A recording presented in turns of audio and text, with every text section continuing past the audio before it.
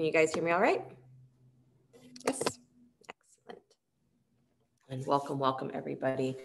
Happy Wednesday, happy whatever month it is, month of May. So what I'd like to do is have you start on your backs. Even before Om, can you believe it? On your backs. So find yourself laying down, bending your knees. Good, planting your feet. So it's not Shavasana, don't get excited. But beginning in what is called constructive rest. So that means that the knees are bent, the lower back is relaxing to the floor. The feet should be as wide as your hips. So separate the feet a little bit, but watch that you don't let the knees fall in towards each other, or that they're not falling outward either, that they're staying in this straight alignment with your hips. Feet flat to the floor. Good. Then you can do just a little bit of rocking forward and back with your pelvis. So a little tilting forward, arching the lower spine, a little tilting backwards, trying to take the front edge of the pelvic bones up away from your thighs. Good, just doing that a couple of times. Good. And then starting to find the place where your spine feels settled in between those 2 points, where you're not tilting the pelvis forward, you're not tilting the pelvis back, but you're somewhere in between. And then just allow the thigh bones to become heavy, dropping into the hip socket. Allow everything that is the front of the body to sink into the back of the body. And everything that is the back of the body to sink into the floor. And sinking into the floor as you're sinking deeper than just the surface level of your mat or the physical floor, but you're sinking all the way into that heaviness of the earth. And you can do whatever you'd like with your arms. Arrange your cats however they'd like to be. And hands can be resting on the belly, arms can be up overhead, holding opposite elbows. You can have arms out to the side, wherever you want them to be. And just start to let your breath become long and deep. So not doing an extremely conscious version of 3-part breath, but instead just letting your attention hit your breath as it fills the belly, as it fills the ribs, as it rises into the upper chest. And then the exhale is a full release.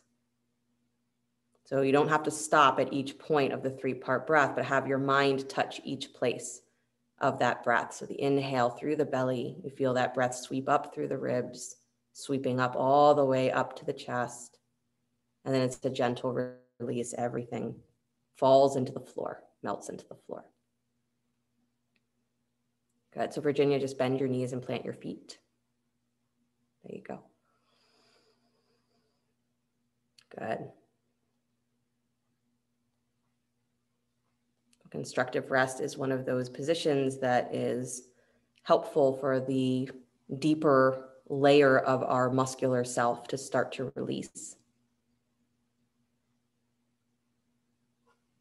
And I've been thinking this week about we have 2 words in yoga that are meant to pair together in our practice. It's Sukha and Stira. Right? And the Sthira is more of the energy of what is structured and focused and moving and, energetic and effort. And the Sukha is the sweetness. It's literally what it means, right? Sweet, easy. And we're meant to have this combination of both. And that's what gives us a really stable practice. That's what's required to have a really stable practice that is sustainable. But most of us exist in a subtle version or a subtle form of fight or flight every day. Happens sometimes even before you wake up, where your mind is not fully awake, but your body is already kicking in stress hormones.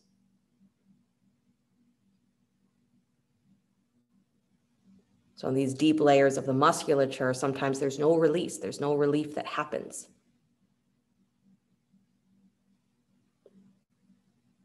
And then our sustainability of our energy output becomes unstable. So we overexert and then we get exhausted. So keep the breath moving long and deep. And again, like you're relaxing your thigh bones down into the pelvis. So there's no expectation that you're going to have to jump up off the floor any minute.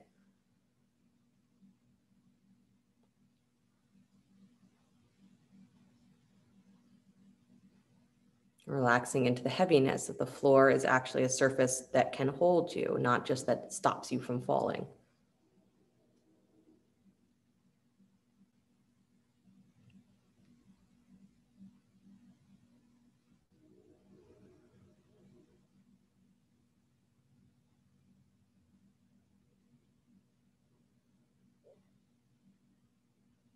And with the breath, the mind starts to sync up with that rhythm, the wave-like quality of the breathing. So that instead of those jumping things that the mind does, jumps from thought to thought to thought to thought, can you let it become like this smooth wave-like thought energy, smooth wave-like thought pattern, as easy and as flowing as your breath. Doesn't matter that the thoughts are still there. You simply let the thinking pattern become smooth.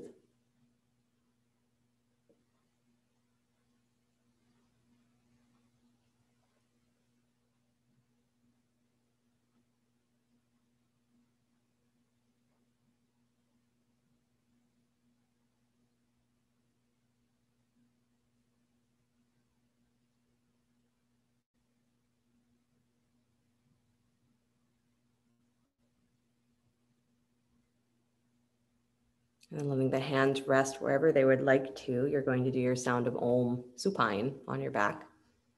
You don't have to move at all. And if you want the Om to even be internal, because that's where the attention is right now, you can keep it internal. It doesn't have to be external or vocal. Take a deep breath in for the sound of Om.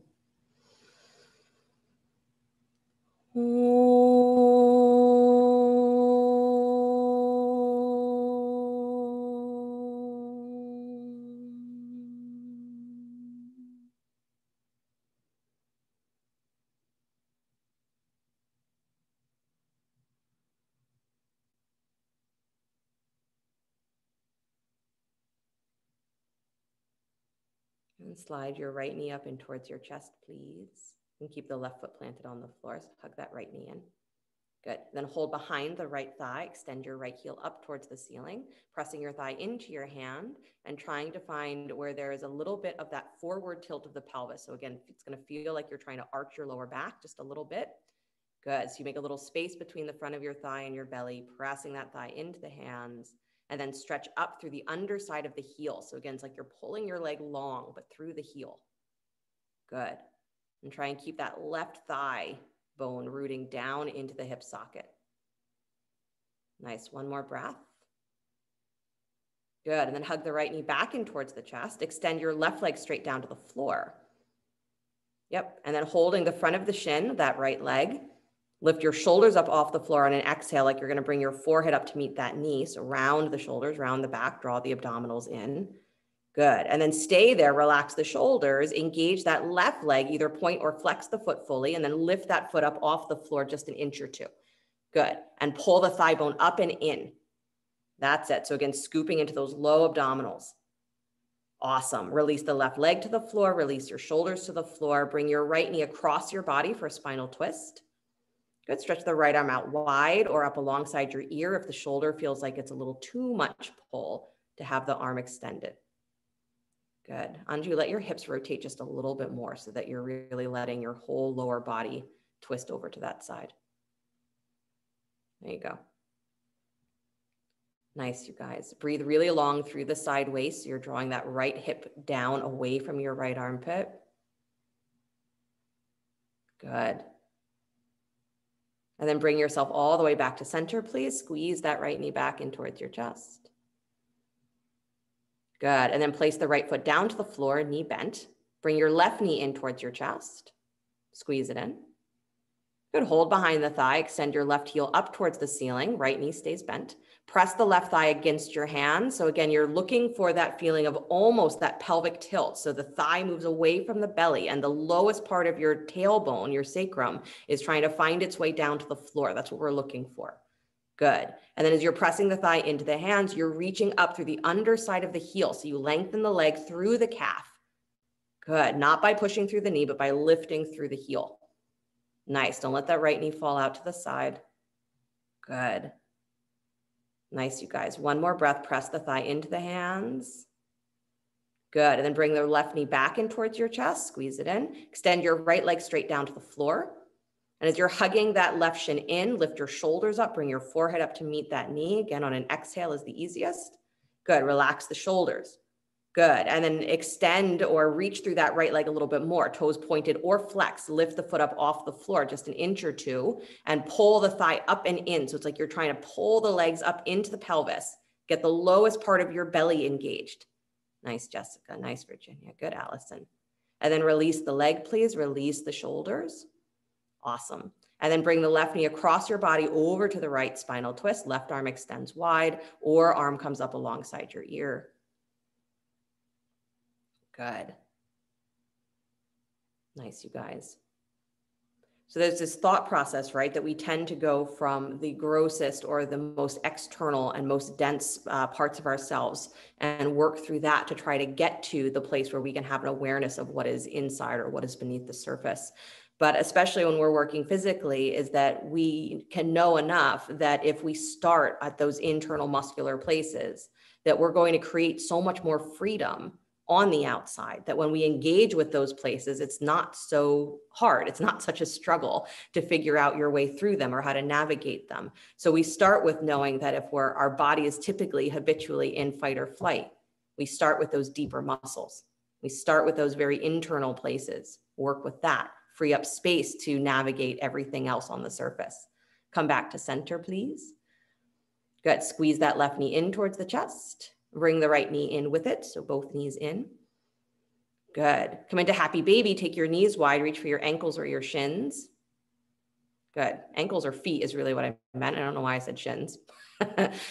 Good. Hug your shins in. That maybe was the next thing on my mind. But keep your low back rooting down to the floor. So again, it's like you're drawing the front of the body to the back of the body. So the front of the navel towards the back of the spine. Good. And the lowest part of your tailbone, your sacrum, rooting down to the floor. So even here, it's almost like you are trying to do that little forward tilt of the pelvis and then reset the lower abdomen so that it's supporting the pelvis in a more neutral place. Really good. Good. One more deep breath. And as you exhale, you can push your feet into your hands a little bit, curl your shoulders up off the floor. You can even bend your elbows wide. Keep your low back anchored down. So don't curl your tail up. You're just reaching the shoulders up and using that energy to root your low back down even more. Good. And then release the shoulders, please. Hug the knees back in towards the chest. Good. Curling into a little ball here. Roll forward and back on your spine. Good. Use as little momentum as you can. Good. But roll yourself up to find your balance point on your sit bones. Again, using as little momentum as necessary. Balance on the sit bones. Good. Brief boat pose, chest up. Good. And then roll again. Nice. Again, using as little momentum as possible. So keeping a little roundedness to your spine so that it's like you're massaging the lower back. And then come up and balance on the sit bones again. Pause, chest up.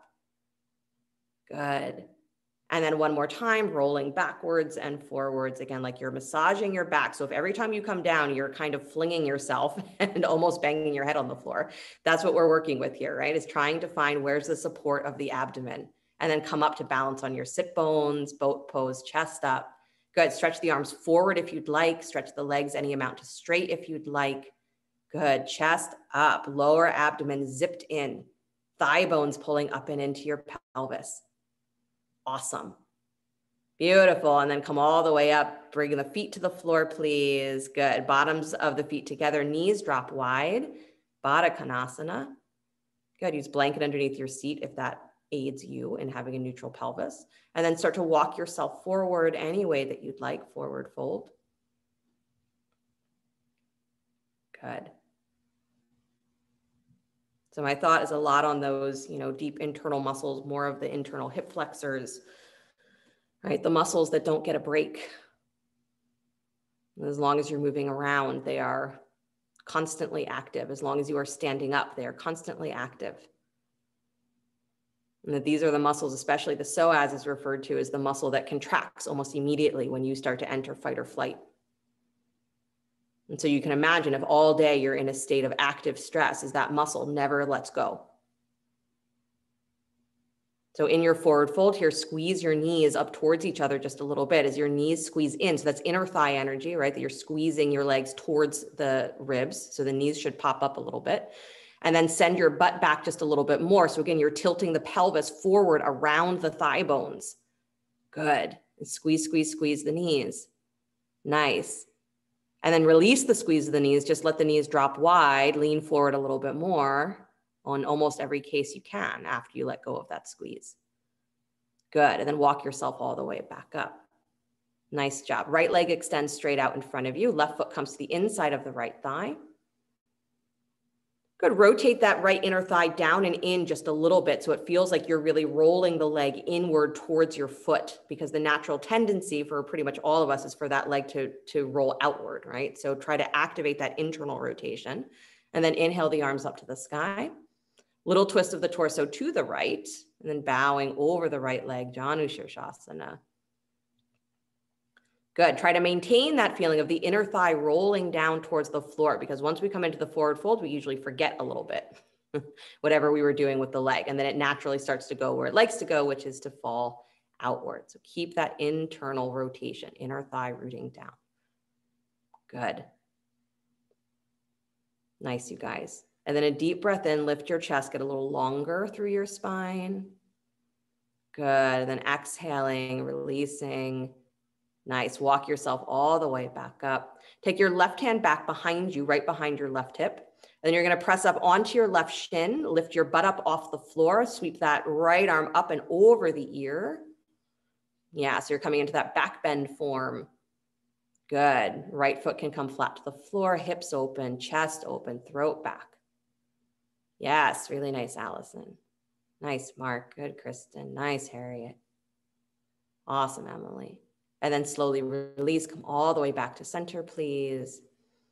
Good, and then widen, so that left knee is still bent. Widen your right thigh, wider to the right, so you're in more of a half straddle, so the more open variation of Janu Shirshasana. Left heel is still in towards the groin, but it might no longer touch the thigh. Turn the belly towards the right leg again, one hand on either side. Good. Make sure that your inner thigh is rooting down, your toes are straight up and down, and then start to walk yourself forward, forward fold. Good. And keeping this subtle awareness, not on the surface level of your muscles, but on the sort of internal feeling of the legs attaching to the pelvis, right? The pelvis attaching to your ribs, the long muscles of your back. Where is your breath moving and where does it not? We say that all the time, but really pay attention. Good. Nice, you guys. And then bring both hands to the inside of the front foot, so you're still bowed over that leg, both hands inside. Drop the right elbow towards the floor, the forearm towards the floor, any amount. Again, if it doesn't touch, no problem, stay on your fingertips. Left hand comes to your left hip or rib cage. Turn your ribs open, so start to open towards the side stretch. Good, throat moves back. And then stretch the left arm over the ear if you'd like, reaching along that same edge as the extended leg. You can always keep the hand at the rib cage if you prefer. Good. Now remember that right inner thigh, rotate it in and down. Yep. Good. And then stack your left rib cage open a little more and draw your throat back. Good. Imagine that right rib cage spinning forward. So the back of your right rib cage tucks under. That's it. Nice. And then bring yourself all the way back up to center, please. But inhale both arms to the sky. Good. Right hand reaches for left knee. So across the body, twist. Good. Left hand comes back behind you, looking towards the left, over the left shoulder. Beautiful. Keep both sit bones on the floor. Good. And then right hand stays where it is, anchored on the knee. Float the left arm back up to the sky and then lean your torso over the right thigh again, reaching with the left arm in the direction of the foot. Re-anchor that right inner thigh. Roll it in and down. Yep. That's it. Doesn't matter how low you go into the stretch. The feeling is, can you open? Can you twist open through the trunk? Can you open the chest more? And don't worry about getting closer to your foot. Open the chest. Nice. And then all the way back up to center. Nicely done, you guys. Good. Stretch the left leg straight out in front of you. Bend your right knee. Bring the bottom of the foot to the inside of your left thigh. So hips facing straight ahead first. first variation of Janu Shirshasana. Set that inner thigh rotating down, left inner thigh rotates down, so toes stay angled straight up. Inhale the arms to the sky, little twist to your left, and then bow over the left leg. Good. Again, with this feeling in the forward fold that instead of trying to just extend everything, is can you feel as though you're trying to actually pull that thigh bone up into the pelvis, and you're trying to actually move your pelvis up into the thigh bone. Good. So that the length that happens on the leg and the back is not because everything's being pulled apart, but because you're actually rotating one bone around another. You're rotating the pelvis around the thigh bone. Nice, you guys. Walk your hands all the way back up, please. Good. Take your right hand back behind you, just behind your right hip. Come up on your right shin, lift the butt, left foot finds the floor, sweep the left arm up and over the ear.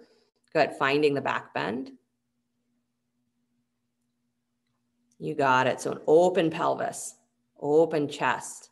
And that right arm that's holding you as you're pressing down into that hand, pull up like you're pulling your arm bone up into your chest. Good. Nice, you guys. Nice, Anju. Nice, Jessica. Good, Allison. And then slowly release all the way back to center, please.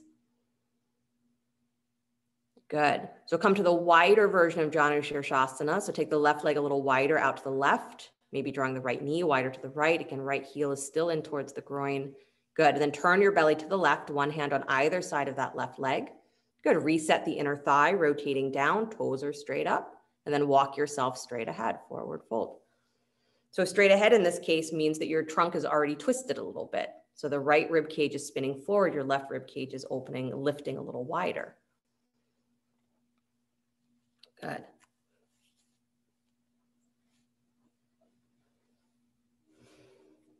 Beautiful, you guys.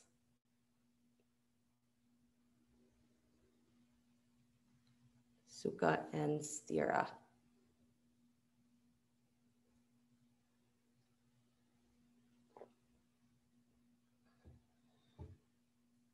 So if we don't get to those layers that are the ones that really hang out or hold the imprints of our habitual stresses, is then we continue to struggle with them day after day, right? The relationship that we have with them is always the same. We say, oh, I always feel like that in this pose, so I do this to counter it, right? We never do anything new. We just keep doing the same thing and say, this is how it works. This is how it never gets better, but it doesn't get worse. So the practice is to dig underneath the surface of that and say, where is there a deeper level of sukha, a deeper level of ease that will allow me to have greater focus, greater intention, greater purpose, greater activity. Take both hands to the inside of that left leg, please. Again, bending the left elbow, dropping the forearm towards the floor any amount. And again, if it does not comfortably go there, don't force it. Stay up on the hand instead. Right hand comes to your right hip or rib cage. Open the ribs to the side, stacking right rib cage on top of the left. Good. And then from there, you can take that right arm over the ear if you'd like, or keep the hand at the lower spine. Totally works. Because the point here, again, is not about the arm. The extension of the arm is not the point, right? That might feel good on the shoulder. It might feel good on the arm itself or even on the side body. But what we're really looking for is the ability to twist the trunk. So focus on the left rib cage spinning under and the right rib cage lifting up and drawing back. Good, because that's what's really going to get into the space of the side body. It's going to get into a lot of those intercostal muscles. Good. Left inner thigh rotates in and down. I see your feet rolling out. Don't let them, please. There you go. Nice, you guys. Come all the way back up. Good. Inhale, both arms up to the sky, please. And then come into a spinal twist. Left hand to outer right knee, right hand back behind you, looking towards the right. And as you look towards the right, don't let your left butt cheek pop up. Root it back down. Left top of your thigh, root it down. Good. Drop into it. Yeah, even more, Emily.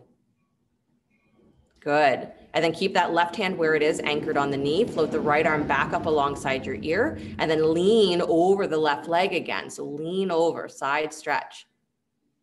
Good. Nice, you guys. Again, rib cage, left rib cage tucking under so the right rib cage can open and expand. Nice, Harriet. Beautiful, Jessica. Nice, Anju. Good, Kristen. And then bring yourself all the way back up to center. Nice job. Take both legs out and wide. Good. Flex your feet, dig your heels down, drag back so that your knees pop up just a tiny bit. Good. And then again, tilting the pelvis forward just a tiny bit so you wiggle your butt backwards. Good. Start to walk yourself forward, forward fold. Good. Just a subtle bend to the knees. So not the full big bend that we do sometimes, just a subtle bend. Walk yourself forward. Good. But that same feeling of the inner thighs are rolling down towards the floor so the feet don't completely drop open, as there's a feeling of hugging in, a feeling of the shins staying connected to each other, of there being a direction that the shins are moving and the thighs are moving. Good. That little bend to the knees helps keep the joint awake instead of letting it become just something that is ignored in the pose. Good. One more deep breath. Lift your chest up and open. Yeah, pull your spine long. Good. And then as you exhale, slowly release, walk yourself all the way back up. Nice. Bring the legs back together, bend the knees, cross at the ankles, roll forward onto hands and knees. I know it seemed like we were going to stay on the floor all night, but we're not. Hands and knees. Cat and cow, move your spine. Again, focusing with the cat and cow as though it is really oriented towards working this tilting of the pelvis and the tilting of the shoulder girdle at the same time, right? So we're actually just working with the long muscles of the back, and we're working with some of those long internal muscles, right, of the belly. This is not just a position that, again, is keeping flexibility in the spine, but it's keeping flexibility in front body, back body. Good. Nice, you guys. So every breath is a lengthening of the spine, either through the front of the body, through the belly on the inhale, or through the back of the body on the exhale. So use full breath. Good. Nice. And then come back to neutral spine, please. Stretch your right leg back behind you, toes tucked on the floor. Walk the left arm forward, fingertips on the floor. So before you come into the balance, just find yourself with fingertips and toes on the floor and squeeze in. So again, pull that right thigh bone forward and into the pelvis. Draw your left shoulder, arm bone up into the shoulder socket. So everything is squeezing inward. Your right wrist and your left knee squeeze towards each other. Good. Now lift the right thigh and the left arm. Find your balance. Good. And now bend that right knee, kick your heel in towards your butt, lift the thigh a little higher, lift your left armpit a little higher. Good. Almost find that feeling of cow where your chest is lifting and your tailbone is lifting and widening, thigh up, arm up. Good. Now reach back for the ankle if you'd like, or stay exactly where you are, maybe placing the hand behind your head. Good. Now, once you found that position where you're holding the foot, kick that thigh a little higher again. Lift your heart a little bit higher again. Good. See if you can squeeze the thigh bone in, the arm bone in. And then lift straight from the back of your heart. That's it. And then extend all the way back out. Really nice, you guys. Good. Release the left hand. Keep the right leg straight. Drop the toes to the floor. And then come back into plank pose. Step the left leg back as well. Plank, upward push-up. Good. Look towards your belly button, pull up through your lower rib cage, send your inner thighs a little higher, and then squeeze your hands and your feet towards each other. Lift your collarbones up again, lengthen the front of your chest. Good. And then hips to the sky, downward facing dog, draw the thighs back and soften through your heels. Nicely done. Good. Slide forward to plank pose again, upward push up. Lower down slow to your belly, coming through knees first if you need. Good. Point the toes back behind you. Rise up, little baby cobra. So make it a little tiny cobra as you lift up. Good. And then lower back down. And then come up on your fingertips of your hands. Good. And same thing, rise up into cobra, noticing how much you are working through your back and how much you are working through your arms. Good. And then lower back down to your belly. Nice. Now float the hands up off the floor, but the arms in the same position. So you're still dragging back on the hands. Yep. Hugging the upper arms in. Lift your chest forward and up. Cobra pose, no hands. Good. So Allison, just draw your hands back a little bit more because that's going to change the feeling on the armpits. That's it. Good. And then release, please. Nice job. Press up to hands and knees and press back child's pose. Knees wide, big toes together to touch. Good. Nice, you guys. Focusing on long muscles, more of the internal state. And we are practicing to help the body achieve this deeper level of relaxed being so that it can accomplish and function the way that it is intended to. We can't just keep doing the same thing over and over again, the same way, thinking that it's going to get us to something deeper. We have to actually look deeper. Say, how do I address those deep places in me that are so habitually in fight or flight, so habitually convinced that this moment is life or death, that I can't escape? That's what we look at, is how often the mind is there, because if the mind is there, the body will go there. So we relax the body and remind the mind that this is not life or death. It's just life. Walk yourself back up to hands and knees. Good. Take the left leg back behind you, toes tucked on the floor. Walk your right arm forward up onto your fingertips. So again, before you come into the full balance, still touching the floor, draw that left thigh bone up and in. So what that might also feel like is that you actually have to move your hips slightly back in space so that your right hip is right on top of your right knee, because some of you have your hips slightly forward. So Emily, move your hips back in space. Good. Virginia, move your hips back in space. Yep. Yep. Even more. Jessica, hips back in space. Yep. There you go. Yeah, that feels more awkward, right? But that's your hip and your knee in alignment. Good. So now draw everything in towards the center and float the left leg up, right arm up. So you have to maintain that little bit of backwards pressure or that backwards pulling through the low spine as you lift your chest forward. It's supposed to be equal. Good. And then bend your left knee, kick your heel in, lift your thigh higher. Don't reach for the foot yet. Reach your armpit higher. Good. Kick your thigh higher. Still weight of the hips moving slightly back so it stays centered over that knee. Good. And then go ahead and reach back for the ankle if you'd like, or stay where you are. And then once you have hold of the ankle, right, the idea is that you're still stretching through the front of the belly here, stretching through the front of the thigh. So kick that thigh a little higher, pressure of the foot into your hand. And then chest lifts forward, almost like you're going to pull it beyond the fingertips of the left hand. So don't get stuck with yourself here. Good. And then extend everything all the way back. Nice. If you did get stuck with yourself, that's okay. Right hand comes down to the floor. Good. Take the left foot down to the floor, leg still straight, and then step back to plank. So right leg steps back alongside the left. Good. Again, looking down towards your belly button. So you're pulling the low rib cage in and up, getting a little bit more lift through your pelvis, lift through the inner thighs. Good. Roll slightly forward towards the balls of your feet. Good. And then lift your chest again, collarbones nice and wide. Squeeze the hands and the feet towards each other. Yes. And then pelvis lifts, thighs back, come back to downward facing dog, stretching through your spine. So it's not a pushing back through your arms, but a pulling long through your spine, tailbone up at a diagonal. Good. Keep pulling it back, thighs back, and then soften your heels. Nice. And then slide forward to plank pose again. Same idea of lengthening your spine. So the front of the body is drawing towards the back of the body, still lifting up. Good. Lower down slow to your belly, feeling that feeling of the front of the body continuing to rise up into the back of the body. Good. Point the toes back behind you, little baby cobra, rise up.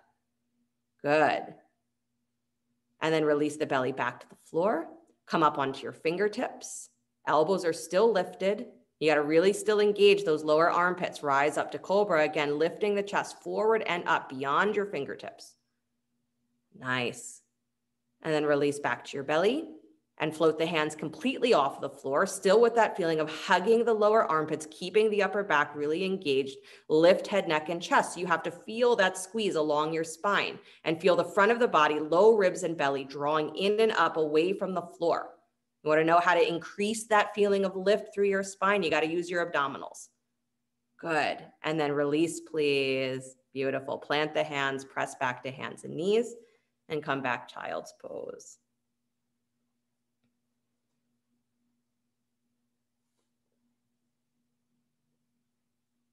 Good.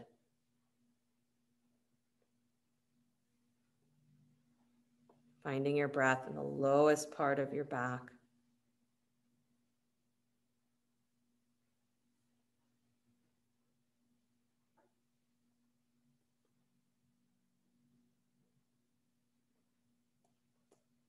Nice, you guys. This is always what we're looking for, is to increase our capacity to be able to feel the easeful flow of our life, the easeful flow of our own energy. And that's hard to do when we have these ingrained body patterns. We have these ingrained mind patterns that approach every day, even before you're out of bed, that says, I'm going to fight for my life. Never relief. So the sukha is, can you melt into your practice? Can you melt into your body and find those deeper layers of rest, those deeper places that need rest, and practice for that? Walk yourself back up to hands and knees, please. Good. Downward facing dog.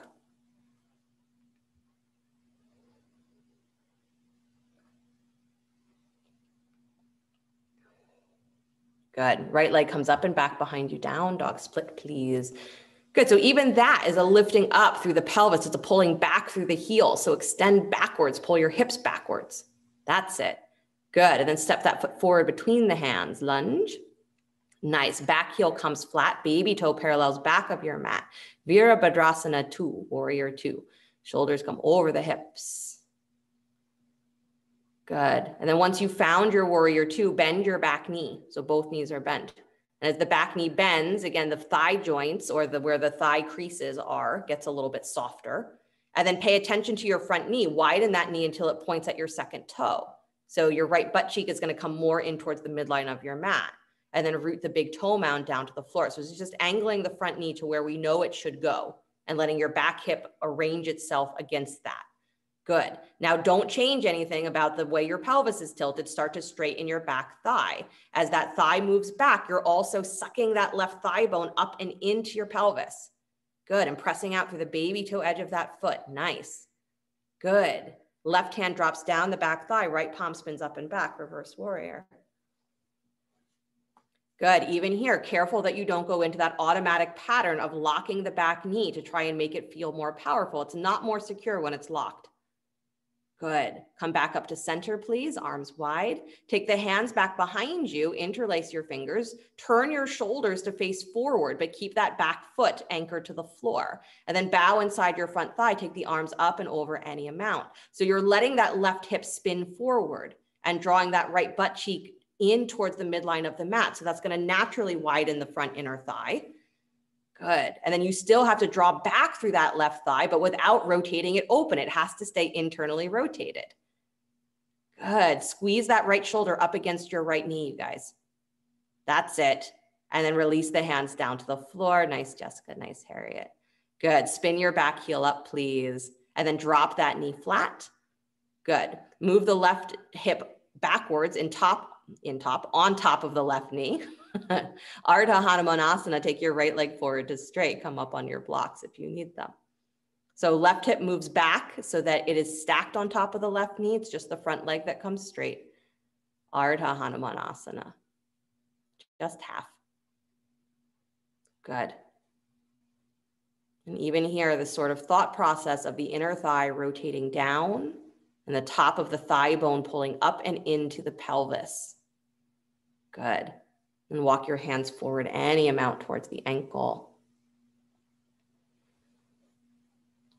Nice, you guys. Keep that consistent feeling of dragging the thigh back and up and in. Because again, that's what's going to give you more of this awareness that you're not just yanking on your hamstrings, you're not just yanking on your calves or whatever feels surface level to be very tight, but you're working from much more internal, your hip flexors, much more internal or necessary is the back. Right? Stretching through the back. Good. Nice, you guys. Walk yourself back in, please. So draw that heel back so that you can bring your right knee forward over the ankle again. Good. Then lift the back knee. Yep. And then walk your fingertips straight ahead. Step up, standing split. Left thigh parallels the floor. Good. Again, blocks underneath the hands here. Great idea if you've got them. Good. And then bend your standing leg, please. So bend your standing knee, your right knee bends. Move the weight of your hips slightly back so your weight is centered on that right heel, but the foot should still be flat, so ball of the foot anchors down. Good. Left thigh kicks up a little higher. Again, this is about the strength of your back, right? Good. And then slowly start to, with that right knee bent, bring your hands together at your heart center. See if you can find the balance there. Good. Maybe only one hand comes to the heart, other stays on a block. It's perfect. And then start to lift your chest up, lift through the back muscles again, almost like cobra, like you're coming up into warrior 3. So start to rise up into third warrior. And as you lift your chest, start to straighten the right leg, kick your left thigh higher. It's not an easy transition, I know. Good.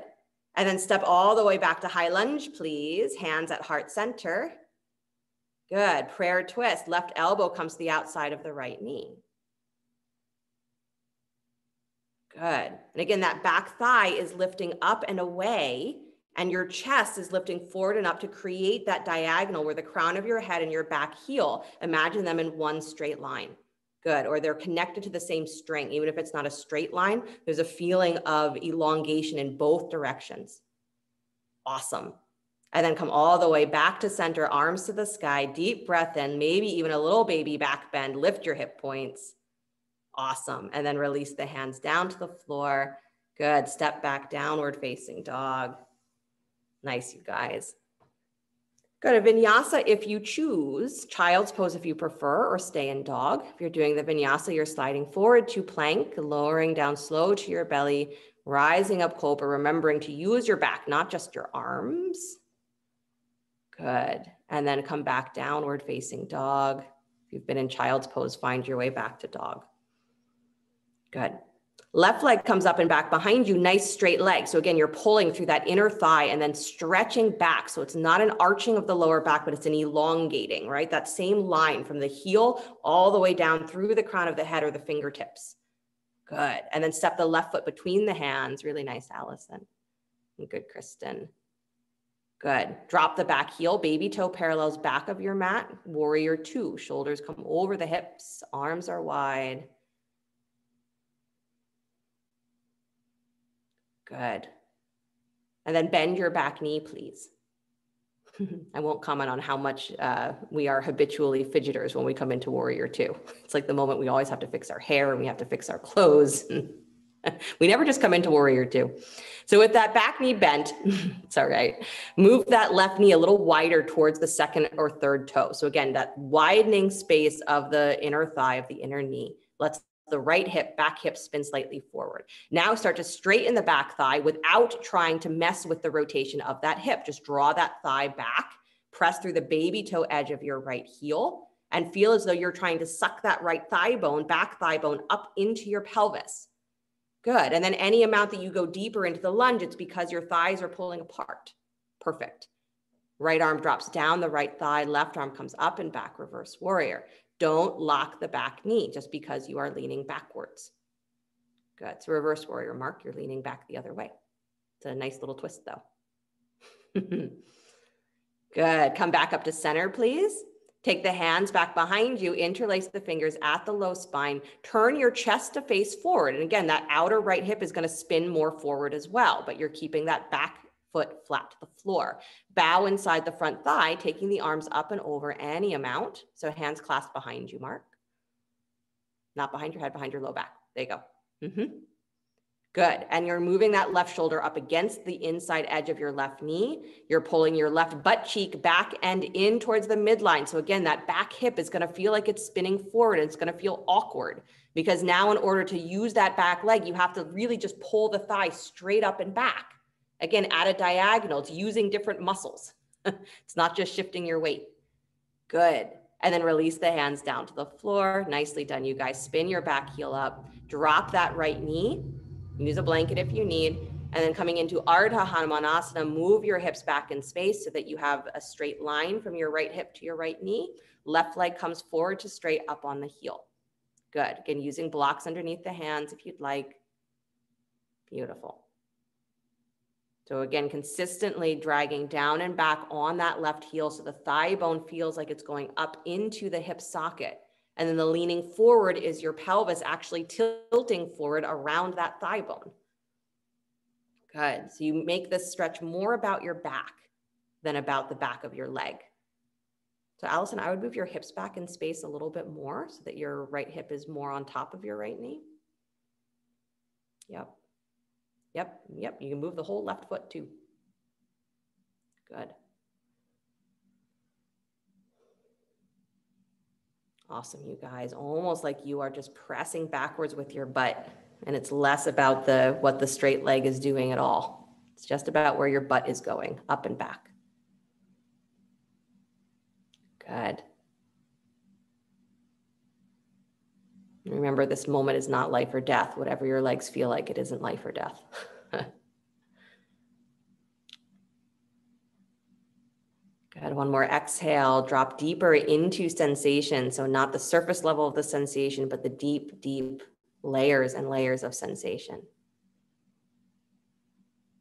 Nice. And then go ahead and move your weight forward. Drag that left heel back so you can bring your ankle and knee into alignment. Knee comes over the ankle. Lift the back knee up. And then walk your fingertips straight ahead. Step up to standing split. So bring the hips forward over the left heel. Right leg swings up parallel to the floor. Toes pointing down. So again, your hip points are still facing the floor as much as they can. Good. Bend your standing knee. You can use blocks underneath the hands, absolutely. Move the weight of your hips slightly back in space. So again, you're centering the weight of the pelvis over your left heel. Kick that right thigh higher. Don't let the leg be dead weight in the air. Good. And then navel draws in, right? Back starts to engage. Start to lift the hands to heart center, palm to palm, one or both. Good. Playing with just the balance. And then keeping the left knee bent, start to lift your chest up towards warrior three. So again, engaging the back, that same energy of lifting up that you would do in cobra. Right thigh continues to kick up. You're like, this much work in a pretend cobra, you should be working this hard in cobra, right? Start to straighten your left leg, full warrior three. Nice. And then step all the way back, high lunge, hands to heart center. So right foot finds the floor. Beautiful. And then prayer twist, right elbow to the outside of your left knee. Good. And again, if hooking the elbow doesn't work, you can always take the right hand to the outer left knee and do your twist that way. Good. Back thigh lifts up and away. So again, there's that line of energy from the crown of your head all the way out through the edge of that back heel. Good. Or sometimes you could say from the edge of the heel up through the center of your chest. Beautiful. Come back to center, arms to the sky, high lunge, open the chest, a little baby back bend if you'd like. Good, and then release the hands down to the floor, please. Excellent, nice job, Mark. Step back to downward facing dog. Good.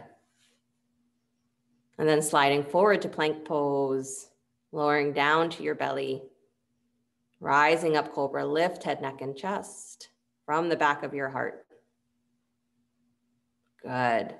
And then releasing, please press back up to hands and knees and come back to child's pose.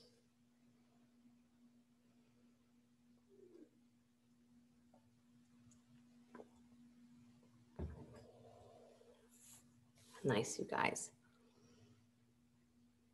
Those deeper layers of sensation are really what we're asked to keep dropping into, because it's not the surface level of what the mind interprets as this is painful or pleasant that matters, right? It's what's the nature of what drags us into that stress response, or what drags us into that feeling of this moment being fight or flight. Because as long as the mind is there, the body will go there. So it's those deeper layers of sensation of even being able to realize when stress is not surface level, but it's deep, right? The stress that's held within the muscle tissue, the stress that's held within those deep layers of the mind that says, I never let go, even when I'm asleep.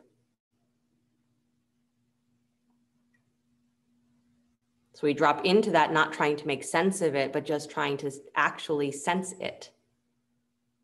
I can feel the deep layers of myself and where there's restriction, where there's holding. Even if I don't know yet how to let go, I can feel where that holding is. And I can acknowledge it and I can relax. Remind myself this is not life or death. Good. Walk the hands back in, please. Come up to a high kneeling position. Grab a block if you'd like one for camel. Kind of nice, even if you would like 2 blocks, if you have them, to use blocks underneath your hands for camel instead of reaching for the heels. I think that's a sweet variation. So if you have just 1 block and you'd like for it to be an anchor for your thigh energy, then the block goes between the upper thighs. So it helps to, again, stabilize the pelvis, lower back. It's nice to have that to hug into. If you want to use the blocks as something you are reaching back for, then they are on the outer edges of your shins, close to where your heels are. And my suggestion would be to take them to probably their highest height so that you can reach back and find them easily. Good. So start with the hands at the lower back, please. At the sacrum, fingers pointing down. Good. And then lift as tall as you can. So the tops of your thighs rise up, low part of the belly draws in and up, front ribs soften in and back.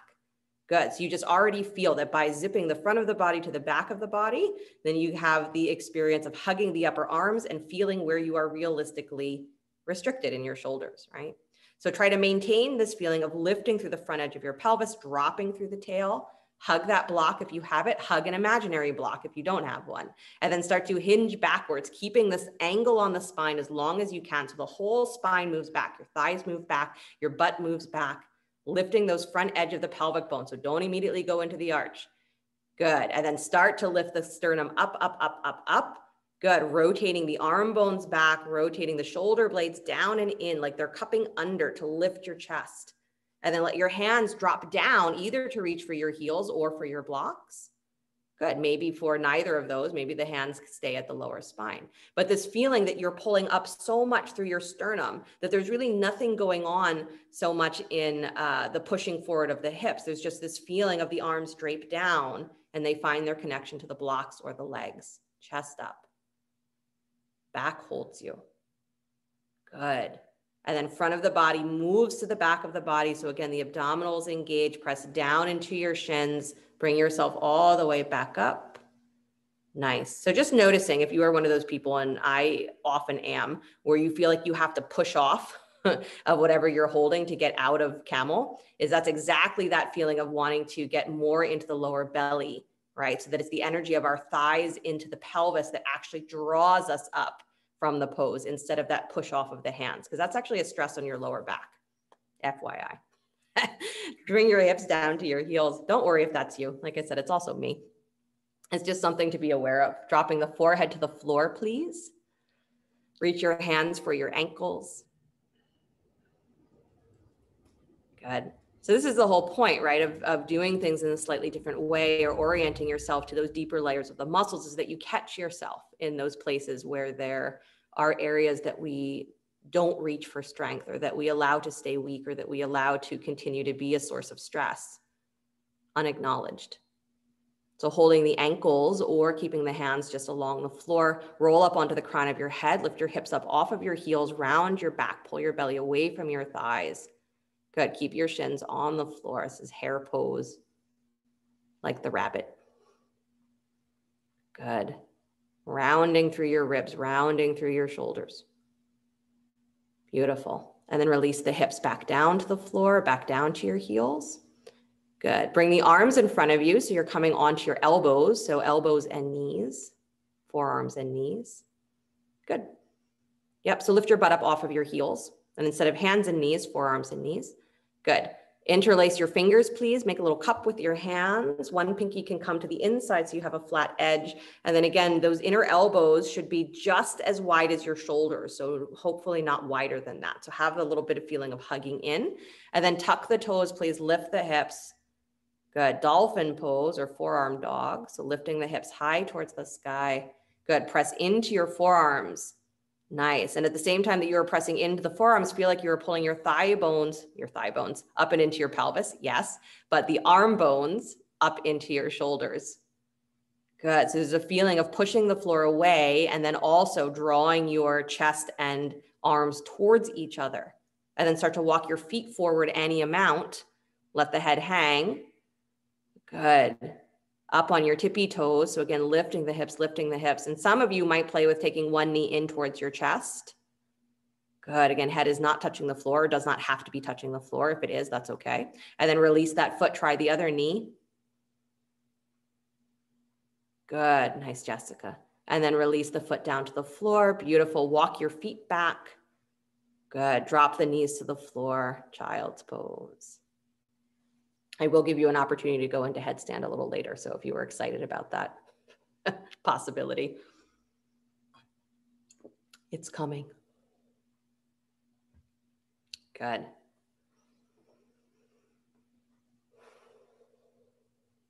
Beautiful, you guys. Excellent. Bring yourself up to hands and knees, please. Find your way back to downward facing dog. Good. And then bring the right leg up and back behind you, down dog split. Nice. Bring that knee forward towards your nose. Armpits come over your wrist. Good. And then send that right leg out wide to the left. So behind your left wrist, baby toe edge of the foot finds the floor. You got it. Yep. All the way out. Split the legs as wide as you can. So you're pulling that foot forward just a little bit more. Good. And then don't drop the back heel. Just keep pushing out through that right leg until your outer right hip finds the floor. So lower the pelvis down to the floor. Good. Left toe stay tucked under. Good. Turn your ribs forward towards the floor. Walk onto your elbows. Yep. So the right leg is extended out to the right. Foot is flexed. You're on the outside edge of that thigh. Good. Left foot is tucked under, back behind you. Rib cage turning forward. A really awesome stretch for your IT band, outer hip, lower back. Aiming for that layer of sensation that you don't always go to. Good. I'm very much targeting today the muscles that are the ones that habitually really influence or restrict our movement and restrict the ease that we feel in our own bodies, even if we're not moving, right? These are the muscles that restrict what it feels like to sit. And then when we do have to move, we're like, aha, this is stiff or it's hard or I can't figure out how to use those muscles.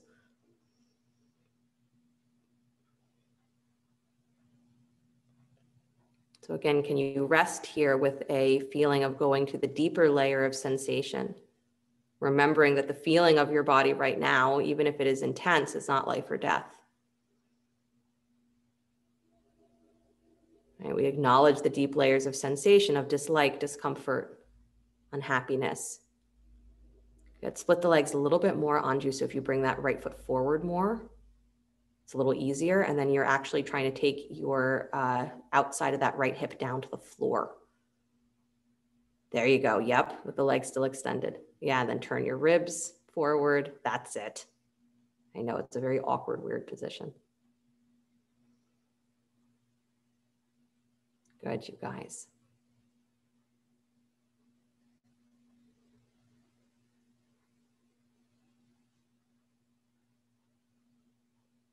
I know if I don't say anything, where does your mind go? Where does it escape to? No, we're good.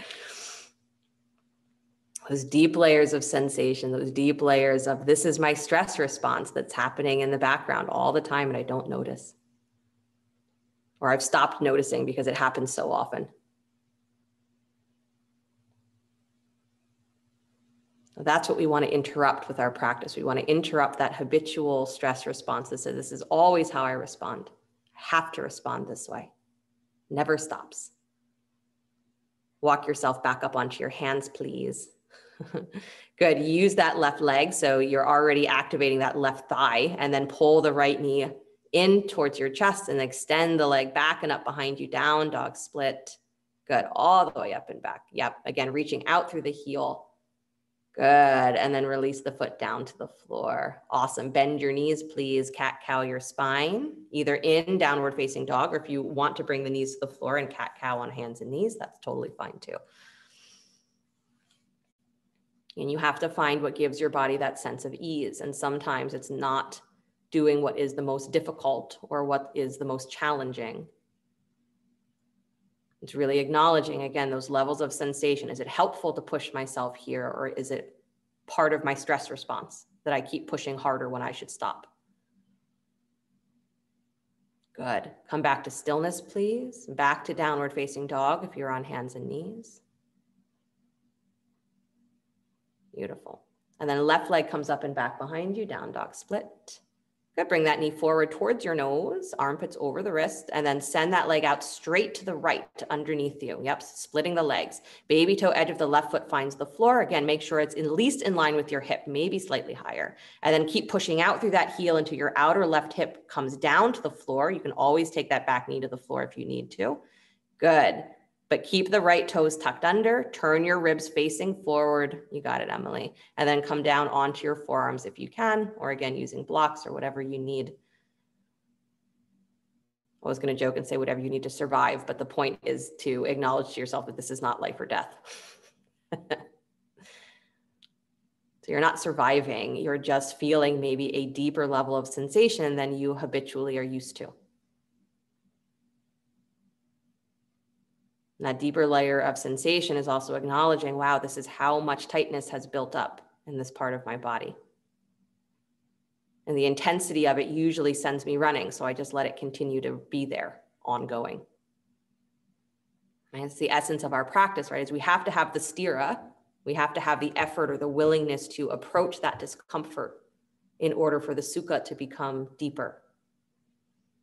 And we have to have the Sukha, we have to have the sweetness, the easefulness in our practice. Otherwise, we'll drive ourselves to insanity, right? With that need to try and go further or push ourselves. We'll just hurt ourselves, right? So we have to have both. It's a question of which one have you become maybe good at, and which one have you gotten very good at ignoring, or thinking that Sukha means that you just take a break and you don't try at all. It actually is just that state of mind that comes along with Stira that says, I'm doing what I have to do, but also acknowledging that it's not life or death. So I can go deep into sensation. I can go deep into awareness and not take the stress with me. That getting used to that depth of sensation actually allows us to stay in a state of calm more often.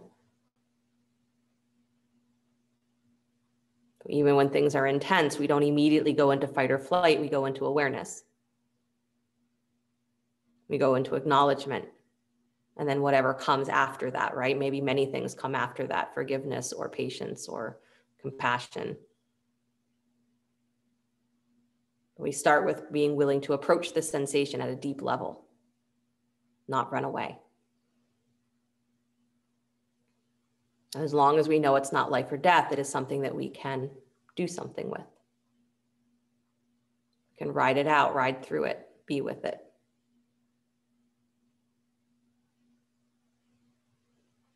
And there is absolute correlation that if you can do this with a big muscle like your IT band, outer hips and thighs, so you can absolutely do this with any emotional state.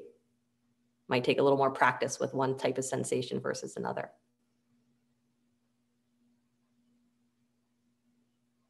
Good, I distracted you a lot on this side. Walk your hands all the way back up. You're welcome.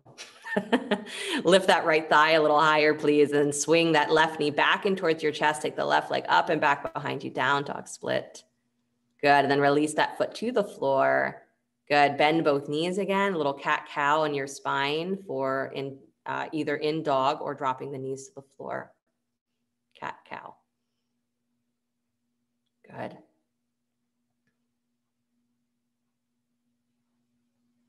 And then slowly come to stillness, please. Everyone drop the knees down to the floor.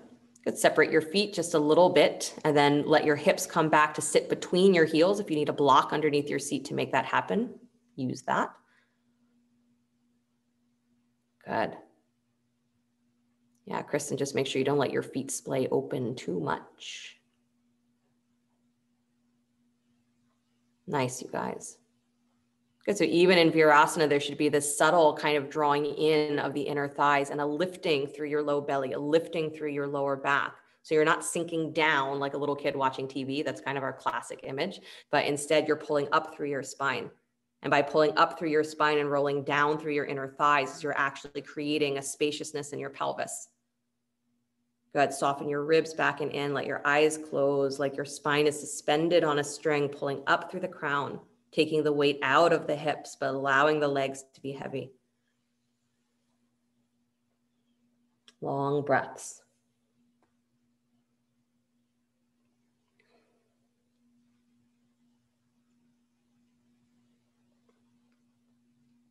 Being willing to approach the deep layers of sensation.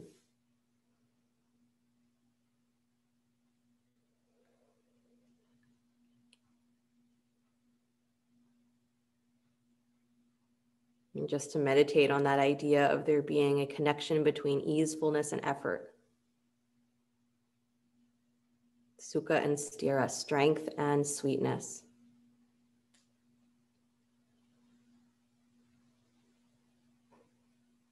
And it's actually pretty challenging to maintain that feeling of staying elongated in your spine, isn't it?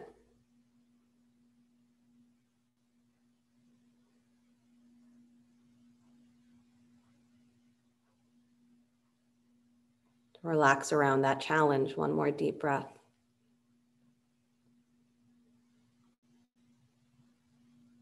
And then as you release the breath, release the pose. Let your hands walk back behind you just for a moment on your fingertips, or even dropping down onto your elbows. If you know that you can come down to your forearms and you want to go there, go ahead. Otherwise, up on fingertips, just leaning back, chest up. Good. Again, keeping the shins rooted down, long through the thighs, long through the front of the pelvis.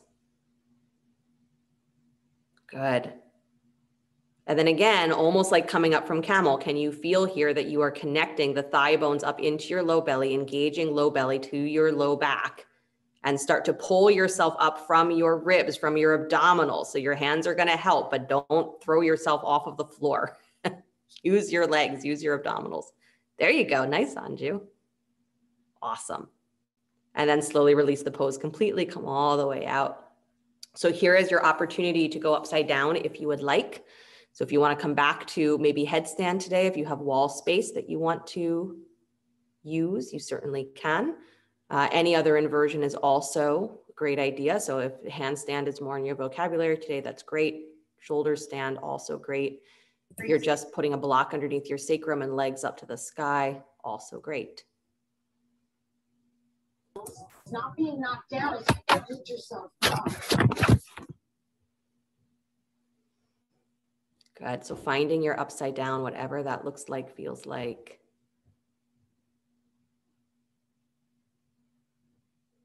And with this feeling of drawing the front of the body into the back of the body. That was very graceful, Mark. I'm very impressed.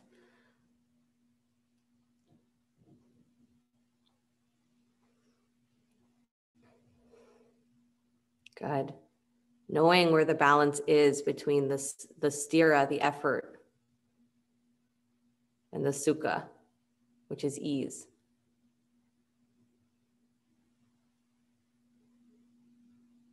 Nice, Allison. A little bit more drawing in and up through, believe it or not, the lower ribs, which means that your feet can float forward towards the front of your belly. And you can lengthen your low back. That's it. Perfect vertical. Beautiful. Good, you guys. Just a couple more breaths where you are upside down. Whenever you are finished, you can find your way back to that position of constructive rest. As you find yourself being done with upside down, find your way gracefully out, take a moment, and then find your way back onto your back with your knees bent, feet planted. Again, take your time. It's not life or death. You will get there. Right? Hilariously, we go to yoga as a relief from the stress of everyday life, and then we bring the stressful mind with us. And it demands that we practice yoga in a stressful way. You better relax. Start melting your thigh bones into the hip sockets. Start melting your ribs down towards the floor. Start melting your mind into a state of sweetness, where there's just an ease, where there is nothing to struggle against. Whatever sensation is there, let it be there, but don't struggle.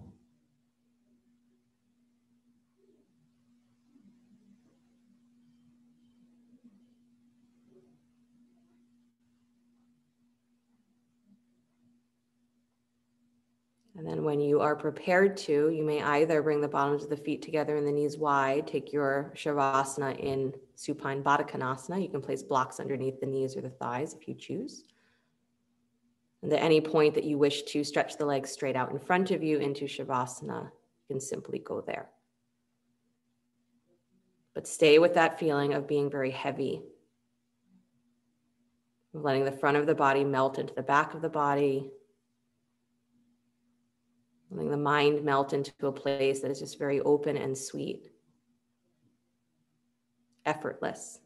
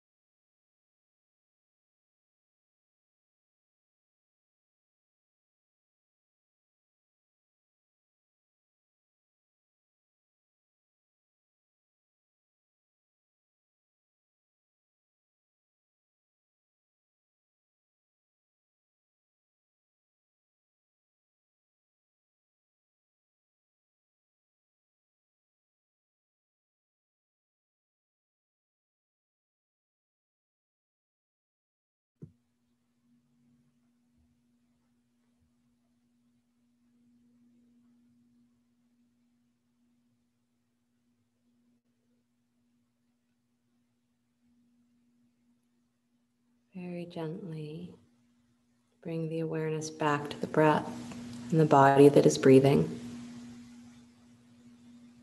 Let the body begin to stretch and move in whatever ways serve it well. If your knees are still wide, gently bring them back together. And as you're ready, bring the knees in towards your chest, roll to the right side. Taking a moment before you begin to push the floor away, come back to an upright seated position.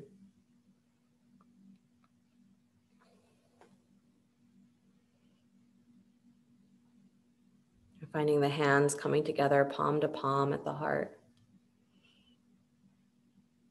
So it is easy to forget that yoga is a practice of being through doing. It's not that we do things and then we find out how to be, but that by doing, we discover what it is to already be. We already are being. So the Sukha and the Stira is that. The Stira is what do you do to uncover those deep layers of yourself. And the Sukha is when you stop trying to do anything. And you're just in that state of ease because you know who you are.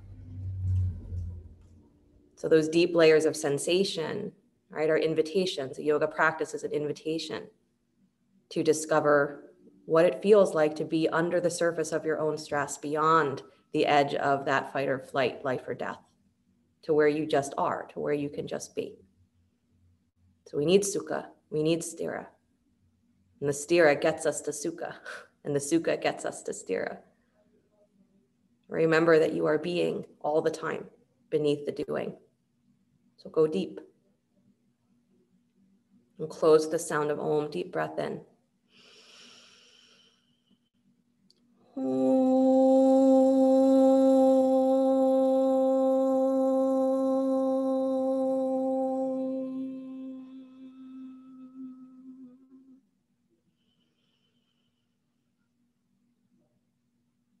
Sliding the thumbs up to the space between the eyebrows. Namaste. Thank you guys so much. Have a great rest of your night, a great rest of your week until I see you again. I will see some of you later. Thank you. You're welcome. Thanks. Bye. You're welcome. You're welcome. You're welcome. See Thank you. You're welcome. All right, I got a scoop.